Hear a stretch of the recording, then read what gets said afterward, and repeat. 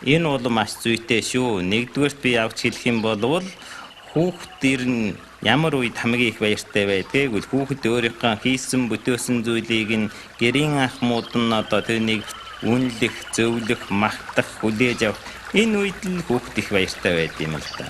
Хүүхдийн тэр өөрийнх нь биеийн дээр байгаа тэр сайнтай талыг нь эрт үзэх хэрэгтэй, тэр гэрэлтэж байгаа цагийн газрыг нь олж авах хэрэгтэй. Тэгээд зогстой магтаж, түүнийг хүлээж аваад, түүнийг одоо цааш нь одоо сайнтай талыг нь хөгжүүлэхэд нь тус юм болох хэрэгтэй байхгүй. Ерөөсөө хүүхдийг ингээд зөв хөтлөөд одоо зөв магтаад, зөв сайшаад өгөөд урамшуул өгөх юм бол хүүхдүүд бол одоо гайхамшиг бүтээж болно шүү дээ, тийм ээ. Тэгээд хүүхдүүдийг одоо үгийг одоо бид нар сонсох хэрэгтэй, хүүхдүүдтэйгээ ярилцах хэрэгтэй. Миний хүүхэд юу бодж байна вэ? Юуныг хүсэж байна вэ? Яавал эвтээ энд нартай харьцаад эднэрийг улам сайхан хөгжүүлээд улам эрүүл сарвал байх вэ гэж ийм анхаарал тавиад хүүхдийнхээ сэтгэлийг сонссон үед л бидний хайр сургаан хүмжил сая үр дүнтэй болно. Ийм болохдоор хүүхдүүдээ бид нар заавал хүлээж авч явах хэрэгтэй, багтааж авч явах хэрэгтэй, хүүхдүүдээ урамшуулж явах хэрэгтэй, тийм ээ. Ийм болохдоор хүүхдэрээ омогшил болж явах хэрэгтэй, тийм ээ. Тэгээд байнга тэрийг бас хэлж ярьж ойлгуулж хүүхдээсээ бас сайн нэрийг, сайн зүйлийг авч явах хэрэгтэй. Ер нь тэгээд хүн чинь гэдэг амтэн чинь өстэй сайхан зүйлийг сонсоод одоо сайхан байх үелээ. Тэр бидний уурга тархинд бидний биеинд одоо сайн зүйлийн бодисууд үүсэж байдаг. Сайн сэтгэл зочирлоор бидний уурга тархин дотор сайн төв үүсэж байдаг. Тэгээд хүүхдээ өөрийнхөө тархин дотор би сайн хүүхэд юм байна гэд нэг төв байгуулчих юм бол тэгэл одоо сайн хүүхэд юу хийх ёстой вэ? Сайн хүүхэд маш олон зүйлийн сайн юм хийх ёстой. Тэгэл сайн юм хийн штэ. Ингээл одоо сайн зүгд яваад өгдөг байхгүй юу? Ийм болохдоор үүнийг анхаарах хэрэгтэй л дээ. Хоёрдугаард нь би хэлэхдээ бол энэ оюун санааны шагнал юм бол одоо баярлах хөөрөх ийм юм бол их урт удаан хугацаагаар одоо балардгүй. Би тэр үед нэг сайн ажил хийхдээ чинь тэгээд тэр багш хэлсэн аав ээж тэгээд магтсан ингээд хүүхдийн оюунд суйрилдаг байхгүй юу.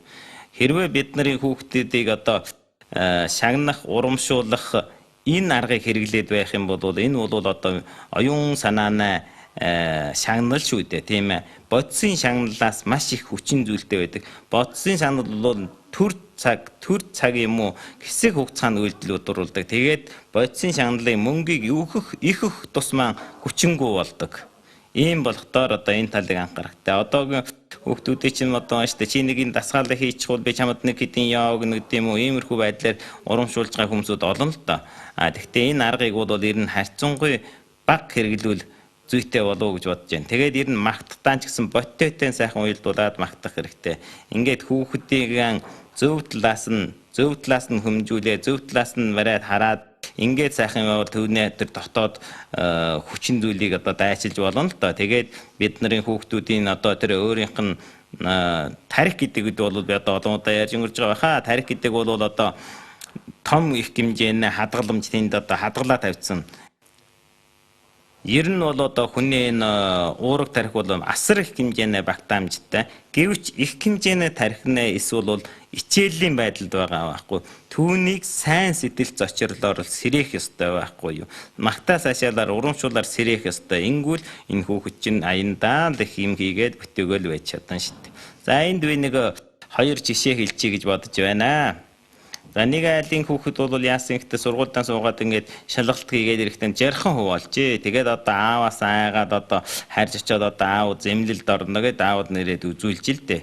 Тэгсэн чинь аав нь ховын миний хүү чинь болж л байна штэ. Одоо миний хүүгийн тарихаар бол одоо жаахан л чирмайлт гарчих юм бол их л өндөр шалгалтаа болондоо их сайн сурдаг хүүхэд болондоо гэд аав нь хэлсэн чинь нөгөө хүүхэд чинь өстө уул нь ааваас нь зэмлэл авна гэж бодож исэн чинь магтаал авчихтараа бүр их баярлалаа гэж байгаа. Тэгэл хугацаа эцсийн шалгалтанд орсон. Тэгээд дараа удааны шалгалтнаар хүрээд ирэхээр 70 хүүг авсан байна. Миний хүү чинь харахгүй одоо үнэхээр их давшилттай байна шүү дээ. Би чамаараа их бахархаж яана гэд аав нь бас их сайхан үг хэлсэн гэж байгаа. Тэгээ хүүхэд удам урамшилтай болоод улам өөртөө ихтгэлтэй болоод тэгээ сүүлд нь өөрсдөө бүр онц хүүхэд болчлаа гэж байгаа байхгүй. Энэ юу юм? Зөвхөн түүний нууц хүчин чадлыг бид нар дайчилж байгаа байхгүй. Түүний магтаа сайшаал урамшуулаар түүний өөрийн чармайлт гаргаж яан, оюун ухаан тэлж яан, тархиан улам сайн ажиллуулж яан, улам сайн үр дүнд хүрж байгаа байхгүй. Энэ бол магтаа сайшаалаар л ингэж гарч ирж байгаа байхгүй. Энд бол би бас нэг манай ангийн хүүхдийн тухайтай би нэг яриа гэж бодож байна л да. Одоо өөр Монголын тариалангийн их сургуульд одоо доктор профессорын байгаа энэ Эрдэмтүү гэдэг хүн. Эднийх бол одоо дөрвөн хүүхэдтэй. За тэгээд одоо эдний ч болоо штэ Шанхайгийн их сургууль, Бээжингийн их сургууль, одоо өөр Монголын их сургуульд одоо 3 хүүхэд нь ингээд доктор профессороор хийж байна. Бас нэг хүүхэд нь бол одоо бас нэгдүгээр дэсийн багш хийж байгаа. Ийм олон сайхан эрдэмтэнд хэмжүүлсэн гэрүү. Энэ гэрүүлээ нэлээд онцлогтой л да.